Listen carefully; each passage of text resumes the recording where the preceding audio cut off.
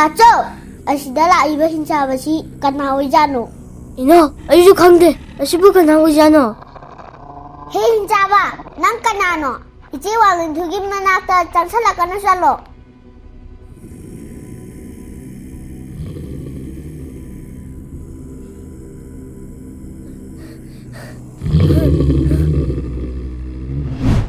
Hey hinsaba, ichi walne thoibi to thanama.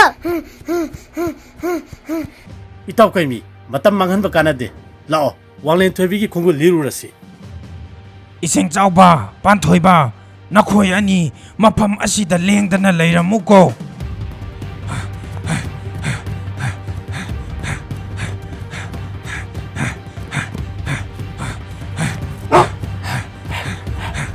Wanglen thoibi, wanglen thoibi, Wanglen thoibi, wanglen thoibi.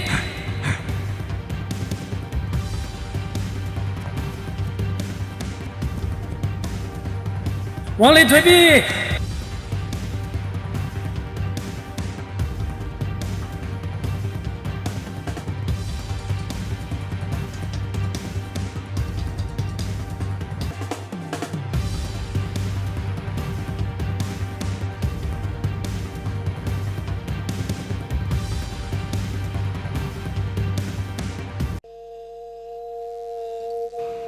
Thaina mamangaida ningthaugi ahal oirabi mama adu yamna kanna narame. Mama Maharani aduna mahak sirani haiba masana khangjarame. Aduna mahakna sidringaigi mamangda lai ningba brahman singi mafamda hainau khara kachadinglame. Adubu matam adudi hainau panba matam oiramde. Maram asina hainau ama phauba hekpa phanglamde. Macha ningthaunasu mamagi apamba adu thunghallagi khalladuna hainau kuithi thirami. Adubu hainau panba matam oidabana hainau amata phanglamde. Solabi mama Maharani du adumak sikhirami. Ningthau adu mama Maharani na sikhiba aduda mathwa yamna nungaijaramde.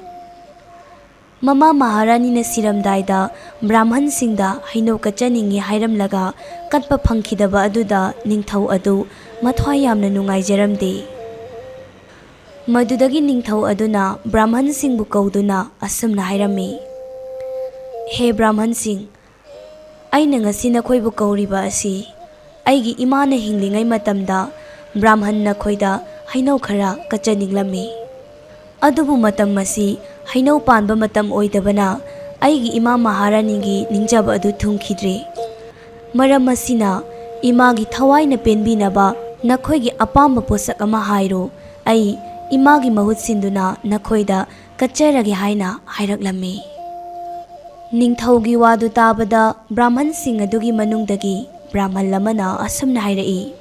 Iningthau ibungo, ima Maharani na aikhoida kachaba pamlamliba adudi atai posak nattido hainau khaktani kachaninglamiba. Adubu hauzikti hainau panba matam oidabana maram oiraga sanana saba hainau taret khakta imagi mamingda Brahman aikhoida katlo. Adu oirabadi ima Maharani gi ningjaba adu soidana thungba saklagani haina ningthau aduda hairaklami. Brahman laduna haibagi matung inna ningthauna sanana ningthijana hainau taret khak magi manai singda sahanduna mamagi sora numita Brahman singda kacharami. Brahman singdusu harau harau ningthauna kalakliba sanagi hainau taretu puduna mayumda chatkirami. Ningthauna mama Maharani gi sora numita Brahman singi mafamda sanana saba hainau taret katle haibagi pausi makhoigi lamdam adugi mipum khudingmak loina tanarami. Ningthaugi lamdam aduda leiba lausing yamna leiba nupa amanasu ningthauna Brahman singi mafamda sanana saba hainau taret katle haibagi pausi yamna heisingba nupa sinasu tarami. Madudagi lausing leiba nupa aduna Brahman sing adubu amu magi mayumda karigumba posa khara kachagi haiduna kaurami. Brahman sing adusu harau harau lausing leiba nupa adugi manakta laklami. Nupa aduna Brahmansingda asumna hairei. He Brahmansing, ngasi aina nakhoibu kauribasi leikidraba aigi imagi mamingda ai nakhoida karigumba amatang kachagi haiduna kaujabadi hairaklammi. Hai singlaba nupa adugi waduda Brahmansing adudi yamna haraujarami. Hai singlaba nupa adu imungda changkhirami. Brahmansingdusu harau kudol potsing puthorakpa ngaijarami. Hai singlaba nupa aduna yot matum ama puthoraklami. Aduga asakpa maida mahangna puthorakliba yot adubu sahalami. Brahmansing adu ngakna hai singlaba nupa aduna tauribadu karino khanna yenglami. Hai singlaba nupa aduna Brahmansingda asumna hairei. Aigi imana laikhidribadu makhong makhut chikpagi lainana nabadagi laikhidabani. Aigi imana sidringaigi mamangda aingonda tattana hairamba wa ama lay. Madudi imagi makhugi tang aduda maida itlaba yot asina mahaki makhuda tharabadi soidana phagani haina hairami. Adubu imana hinglingai matamda imana pamjaramba thabak adu aina pangthokpa ngamkhidre. Maram asina imagi thawaina penbinaba ngasidi Brahmansingi maphamda imana pamjaramba adu pangthokjaba tare haina hairaklammi. Hai singlaba nupa adugi wadu tabada Brahmansingdu yamna pakhatlammi. Brahman lamana sumna hairei. Ibungo, karaidagi madudi pumnamak soire. Nangi namana hinglingai pamlamba thabaktubu nama laikhidraba matung Brahman aikoida pangthoklaga phai haibadi nangonda kanana hairibano. Madu pumnamak aranba ngaklani haina pakhatna hairaklammi. Hai singlaba nupa aduna asumna mukhumlai.